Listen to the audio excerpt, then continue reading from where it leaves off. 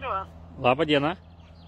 Labą dieną. Čia dėl buto skambinu, kur šnekėjom vakar. Aha. Aš kolegai savo perdaviau jūsų numerį, tai jisai, ką man jisai parašė, sako, ją pažįstu nuo tada, kai pradėjau dirbti su nekilnojamu. Ji namo aktyvistė, rašo skundus, skundžia, ką tik gali, namo betmenas.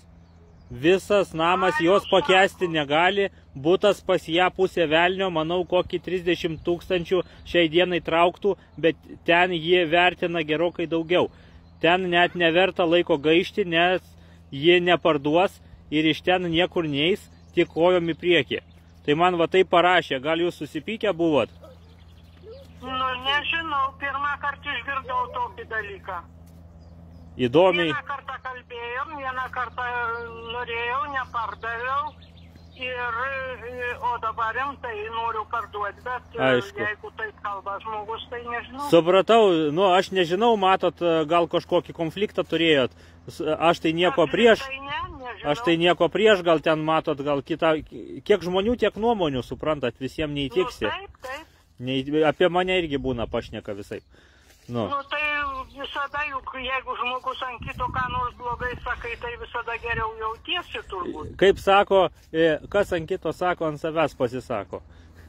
Nu, taip, kad, supratau. Tai čia vaikinas buvo kaip vaikinas, atėjęs kalbėjom ir dėl kainos kalbėjom ir dėl visko. Taip.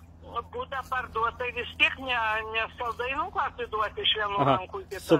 Supratau. Nu tai čia reikėtų kokią dieną pasižiūrėti, kaip ten atrodo ir tartis, nu.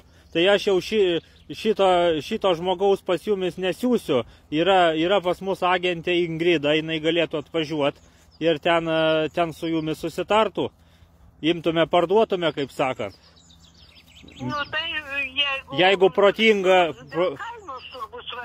Tai reikia žiūrėti, kad atitiktų kainą šiuolaikinę rinkos vertę. Nu. Be jokios abejonės, nematydamas negali nei pirkti, nei parduoti. Taip.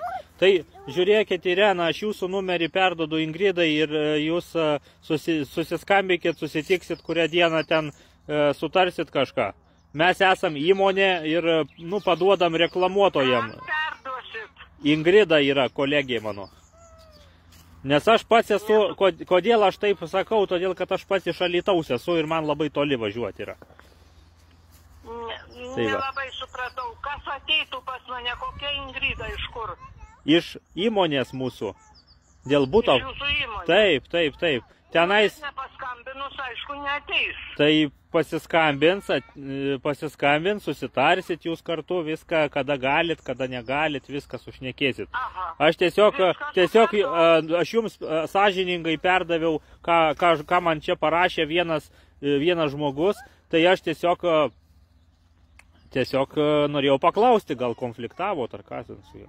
Nu, kad nežinau.